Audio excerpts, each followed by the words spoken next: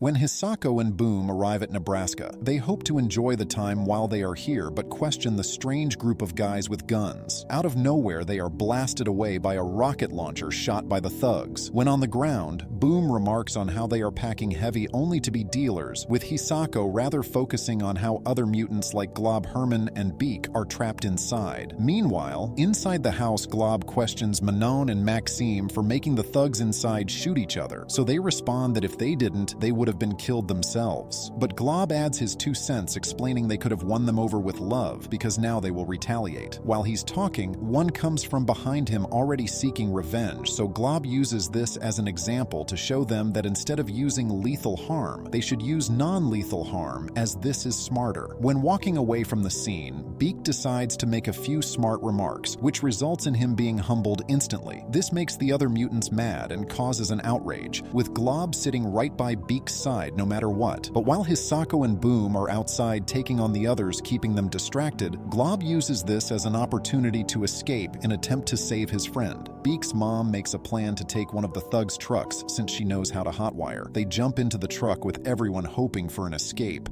until being stopped by a large bang. This bang sends Glob and the other mutants running, with Hisako telling Beak's family to just drive off. Come to find out, the loud bang was the main thug breaking through the door holding Beak's dad hostage. He explains that if he doesn't get his car back, he will do the unthinkable. They respond that if they let him have the vehicle, they won't have any way to the hospital, which only makes the thug even more mad. But Beak's mother gives up and decides they are just going to Krakoa, insisting that he will be lucky as she doesn't put him in jail. But as she's talking, he does the unthinkable, leaving Beak's mother in outrage before ultimately doing it to himself. Beak's mom drives off in tears, unable to explain to the kids what just happened. Now stranded with no ride, the mutants try to figure out a way out of here but can't even get phone service. Days later, they arrive at the Healing Gardens in Krakoa, where Beak and all the others thank the mutants for saving the day. Glob brings up the tragedy of his parents, but Beak seems to not recall, claiming they have passed away years ago. Glob is speechless because he literally witnessed it, but Beak seems to not know. They go to question Manon and Maxime about the strange behavior, and Maxime insists that she rewrote his history because he was so sad about the incident. However, Hisako doesn't agree and explains that it goes against the mutants' rights, robbing them of the chance to grieve properly. Manon and Maxime then apologize, and Hisako tells them not to do it again. But in the end, Beak is living his best life back at Krakoa, grateful to not only be safe but to be alive.